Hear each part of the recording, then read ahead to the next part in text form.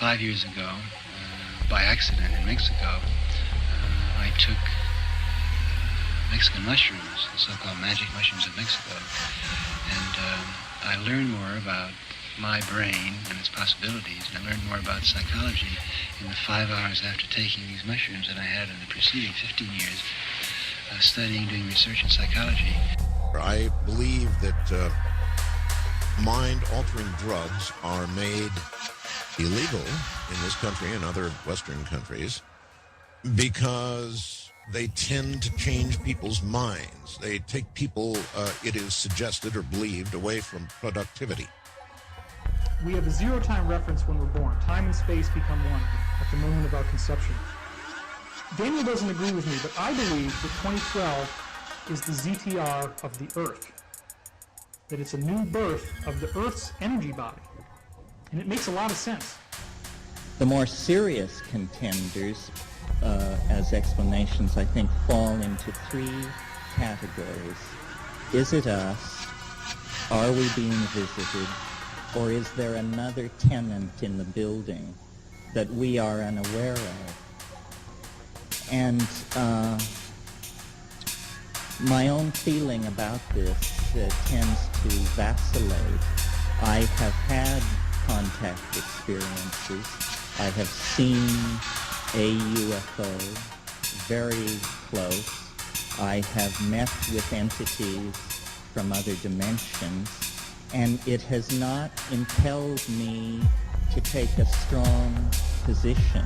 I paid very close attention when these experiences were happening to me, and there always seem to be loose ends that argue against whatever hypothesis seems currently most attractive.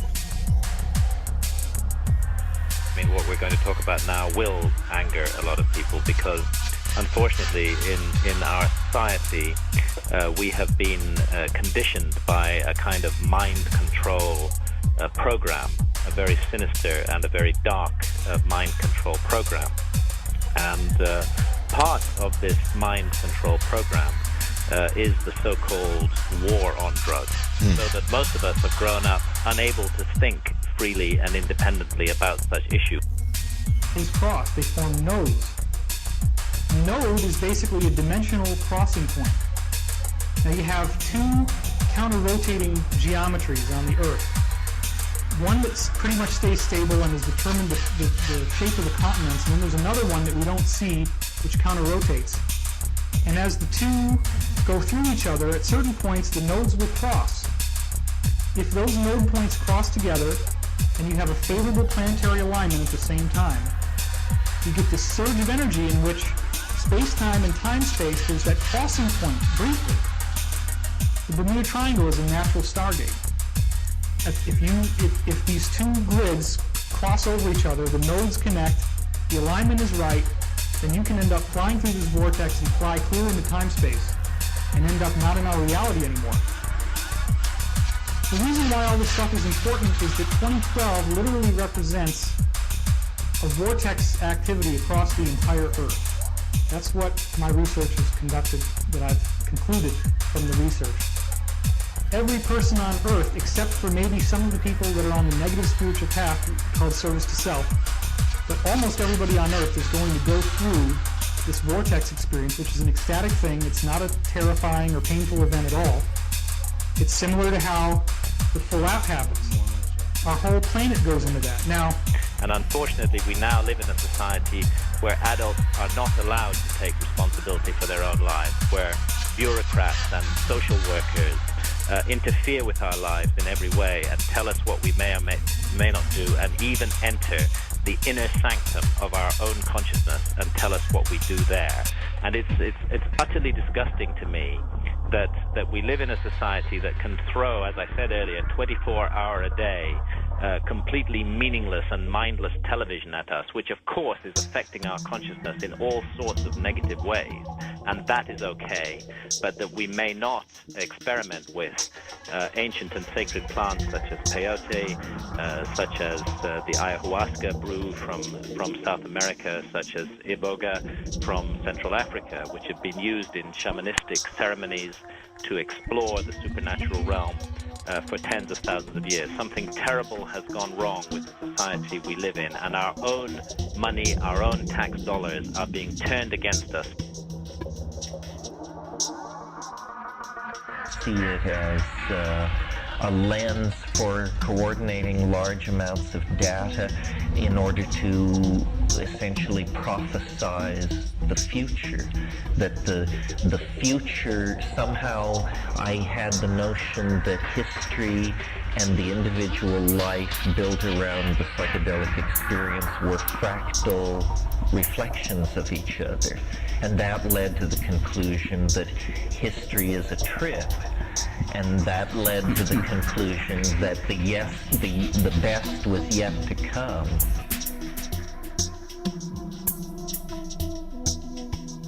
Finding out what are the range and limits of consciousness and attempting to develop maps and languages for charting these incredible realms within our own skull. It's not just of what's going on around you and inside of you, but also consciousness of where you came from and the long telephone wire of history, which goes back 2 billion years, which is buried somewhere inside your brain and mine. We are neurologically and biochemically in touch with thousands of generations that came before us.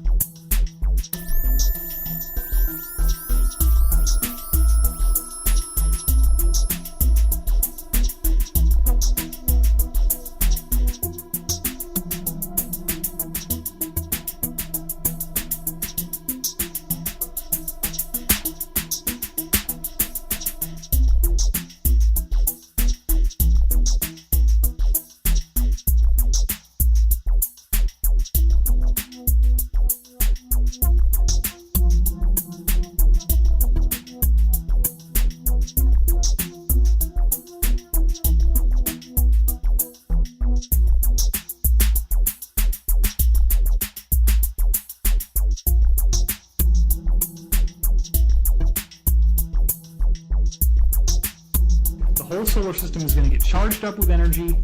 You're going to see all the planets changing, and you're going to see a transformation occur. Earth changes, cataclysmic changes will seem to be happening, but then there's going to be this big energetic event, and the Earth will be propelled into a golden age.